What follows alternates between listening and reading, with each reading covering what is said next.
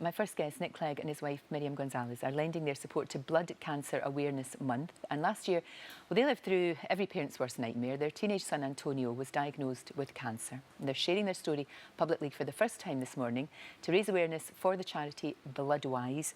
So good to see you both. It really is. What an absolute nightmare. You just took Antonio to the doctors. He had a lump on his neck, I believe?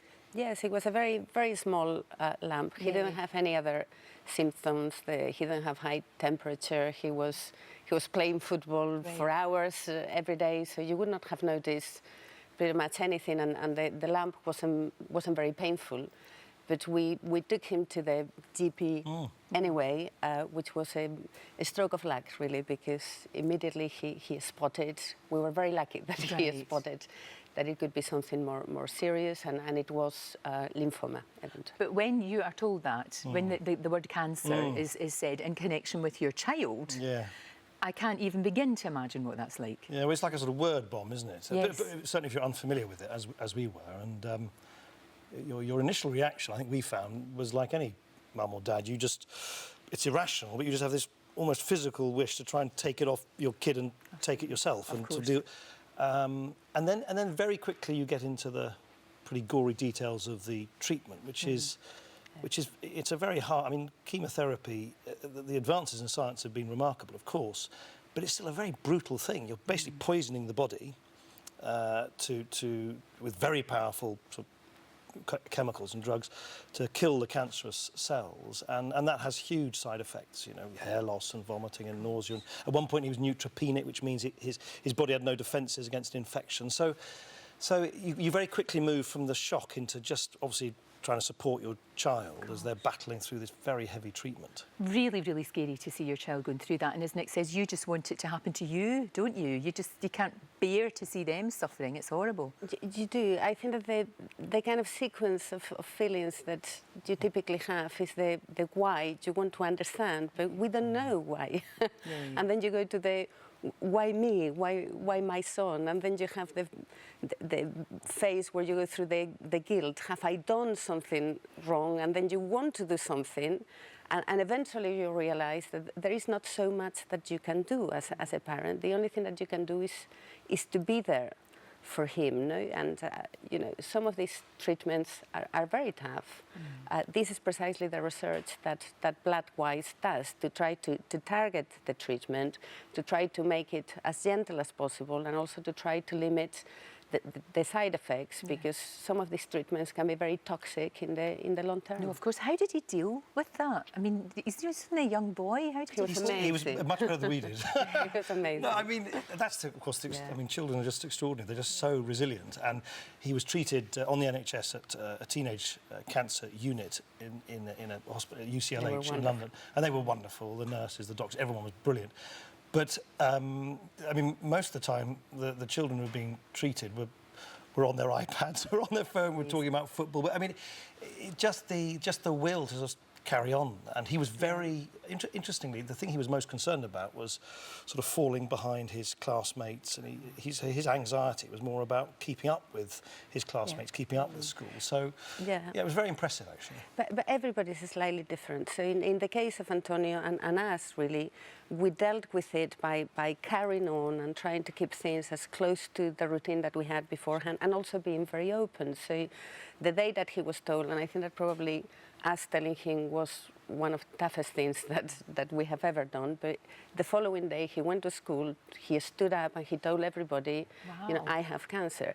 And that's the way in which he dealt with it. But we now know other children and other families that deal with this in a different way, and you know, you have to find your way. It's a tough thing to do, and different things work for different people. No, that makes sense. What about his little brothers? He's got two little brothers. You have to tell them as well. How was that? I think once they kind of heard from us that, you know, he'll be okay in the end. I mean, again, they're just so sort of practical, sort of okay then, and they just they kind of just dealt with it in an incredibly natural way. And of course, as a parent, you've got to make sure that, whilst of course so much of your attention is devoted to the child that's sick, you mustn't neglect the others, and you know, all parents have to do that sort of juggling thing. No, absolutely. How for I guess it puts everything into perspective, doesn't it? Just a bit. I mean, you had, you know, it's a tough year, obviously, with Brexit and losing your seat and all of that.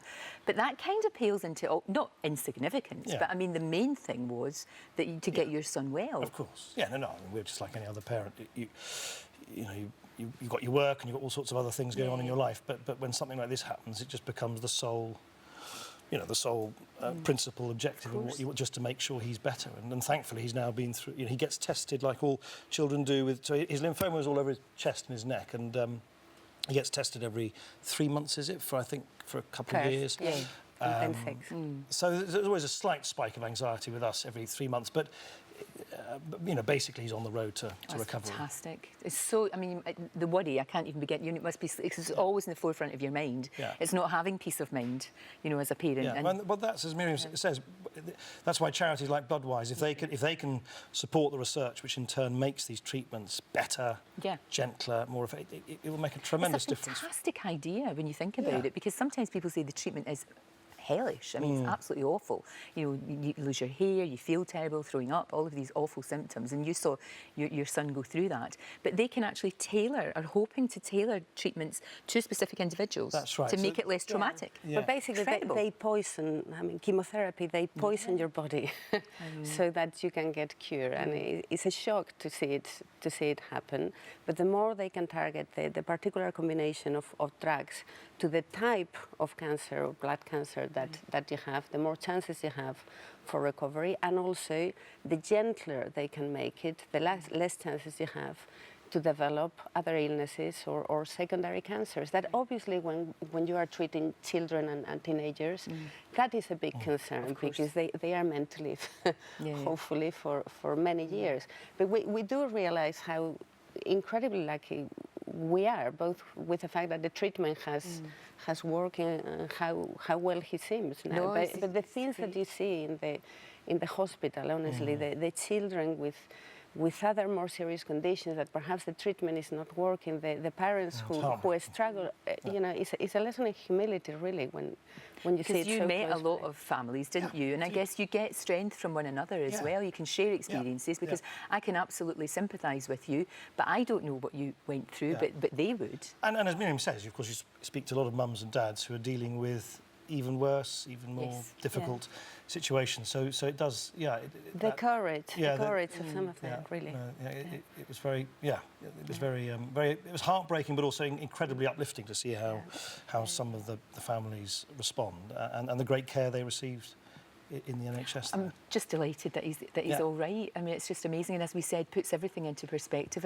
And for you, really, I guess you're concentrating on family right now before you decide on the next chapter. Whatever that may be. That's about it. Exactly. Whatever that may be. Whatever that may be. I'm so delighted for both of you. Obviously, we'll put the charity's amazing Bloodline. We'll put all of the details in our website so that people can see that. I didn't even know that they did that incredible work. So it's remarkable. It really is. And give our love to Antonia and your other boys, of course. And great to see you. Thank you. Thank you so much for coming in. Thank you.